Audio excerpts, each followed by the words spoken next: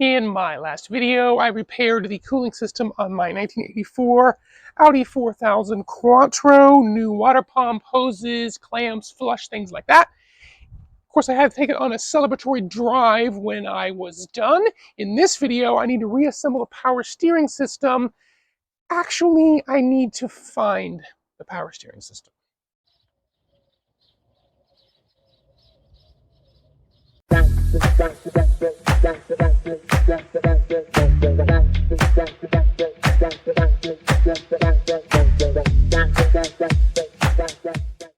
I've been digging through my boxes of parts to assemble power steering pump.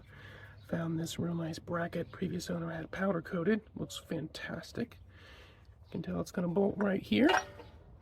You have an odd spacer situation. I'll need to get something to fill that gap. But it lines up. I don't have the hardware. I'm going to need to dig that out. And then I got a couple different power steering pumps. This one's in really good shape here. Spins freely, nice and smooth. It's got the banjo on the end and the mount. You can see right there. So it's gonna mount up right here on that mount. And then this adjuster right there. Looks like it actually attaches to this water pump bolt right here. Interesting old car design, a little non-standard, but now I'm gonna go do my hardware as I Lego this all back together. And then I got power steering lines already here. Banjo goes through that. I need crush washers, which I think I've got a stash of them. Bentley says this also needs a crush washer. These lines already go up to my power steering reservoir, which will slot into that bracket once I'm done. So like I said, it's time to continue to Lego this car back together, go find some hardware to make this work.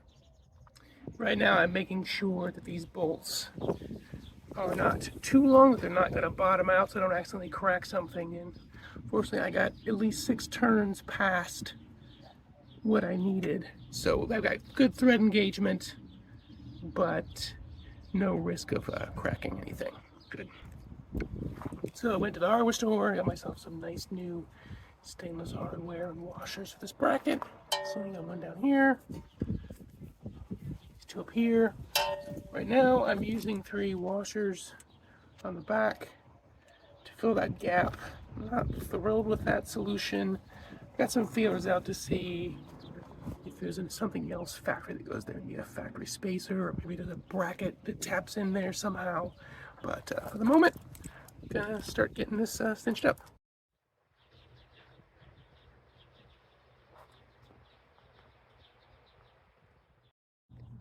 Gotta give this pump a nice quick clean before I install it. It's actually in very good shape, but I need to clean it before I mount it. Okay. Get this pushed through. While I'm holding the camera, there we go.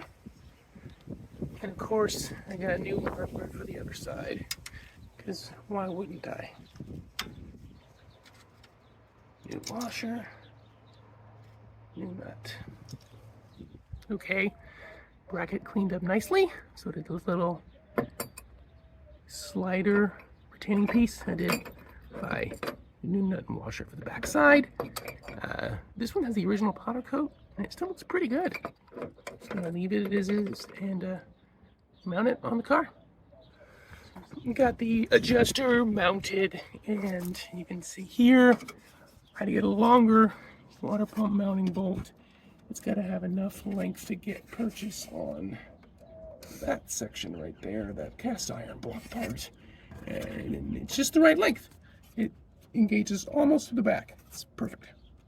This is one of my favorite little parts assortments. I don't know why they called it the answer, but it is literally just an assortment of crush washers with the corresponding sizes. I haven't been able to find this exact one with the answer on it. I've seen it pretty much the same without the answer, but it's just so cool. And of course, it's got crush washers, and they fit perfect. Well, as I was getting ready to install this hose, realized that because it's not a banjo and it doesn't rotate, I've really only got one installation option, which is to remove the pump and spin it onto the hose. Not really the best, well, not what I had planned. Probably not the best design, but it's kind of my only option. This hose doesn't spin, goes back to the reservoir. I guess I could disconnect it from the reservoir, but it's already attached. I mean, I'll check the connections, but I don't really want to risk breaking the plastic, so I'm going to have to dismount the pump and spin it on. Okay, that worked. I had to take the radiator brace off as well, so I had enough room to spin it in here, and then I was able to pretty easily just, you know, thread it on. Okay, power steering pump is mounted. Hoses are installed with new crush washers. Now, oh, and slider's working great. You can see it's got plenty of range of motion. Now, in order to get this belt on, I'm going to need to pull the alternator belt because it is in the way. And now the power steering belt is over, and I can tension this up. First, I'm going to go ahead and put the alternator belt back before I go any further. Well, that was pretty simple. I got the tension on the belt adjusted where I wanted it using this tensioner. Then I cinch it up there, cinch it up there. So now I just need to fill the system with fluid. Well, my power steering cap wouldn't come off at first. The red cap, when I went to thread, the entire thing came off. But now that I got this off, I managed to get this actual red cap off. So I'm going to clean this up. It's actually in pretty good shape. I'm going to give it a nice clean before I fill the system with fluid. And 4000 has an unusual filter design. There's this little porous cylinder. That's my original. And this lid sits on top of it. And it's designed in a way where the fluid must flow through this porous cylinder in order to cycle through the system. Surprisingly, it was pretty easy to find a new porous cylinder. So I'm going to drop this in, get this reassembled, and put in some fluid. Earlier in this video, when I went to install the power steering bracket, I had to use some spacers to fill a gap and wasn't quite sure what belonged there, but was sure that it probably wasn't washers. Well, I did some research and used some Audi forums, found out that this engine lift hook, that is what's supposed to be in that spot. It kind of sits at an angle like this, and it bolts underneath the bracket, filling that space where I used washers, like this. Here's my spacers. As you can see, it's just going to fit right there, and it sits at kind of an angle, right? So if you can see the bottom bolt, it lines up like this. So top bolt there, and you probably can't see, but the bottom bolt lines up with the bottom bolt. The previous owner had a pretty nice stash of parts and a fair amount that he powder coated. I would bet this hook is somewhere in my part stash, but I have not been able to find it. I purchased this one used on eBay. If you look closely at it, it looks like the zinc coating is in pretty good shape. It's just kind of dirty. I'm going to try to give it a bit of a clean up before I install it. If I can get it close, I'll just leave it as is. If it's as crusty underneath the dirt, I may end up painting it. That's going to be the task for my button-up videos. Right now I got the power steering good to go. At this point, I've got the system filled and bled. The process was you fill the reservoir and then you leave the car powered off, turn the steering wheel left to right, and it actually sucked down some fluid.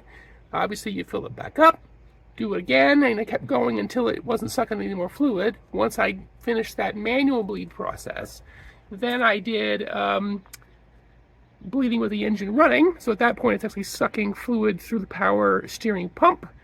Basically, it was rinse repeat. You know, engine on, turn the steering wheel left to right, watch the fluid level, fill it back up, keep doing it until it no longer requires fluid. So at this point, it's time to take it for a test drive and enjoy my new power steering for this car. Okay, so I just took it for a drive with the power steering. Power steering is working very, very well. Nice and smooth. It's got light effort.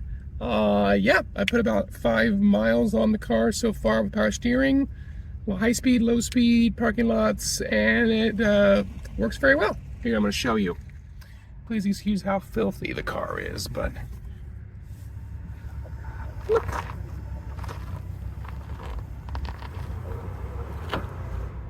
Power steering, one-handed. Okay, I just got back from driving it, testing out the power steering. It was great, nice and smooth, no dead spots, light effort, and I just checked, no apparent leaks. I just shine a flashlight down by the power steering rack. Don't see any evidence of leaking. Same with the pump. All my connections look good. No weeping. The fluid level has not changed. Yeah, calling this a win. Very happy to have power steering.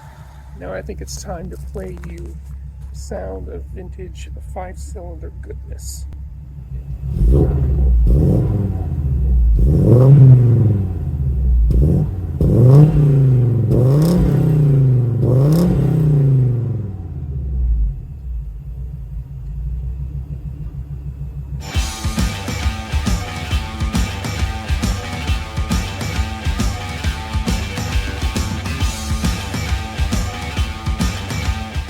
Man, oh man, that exhaust.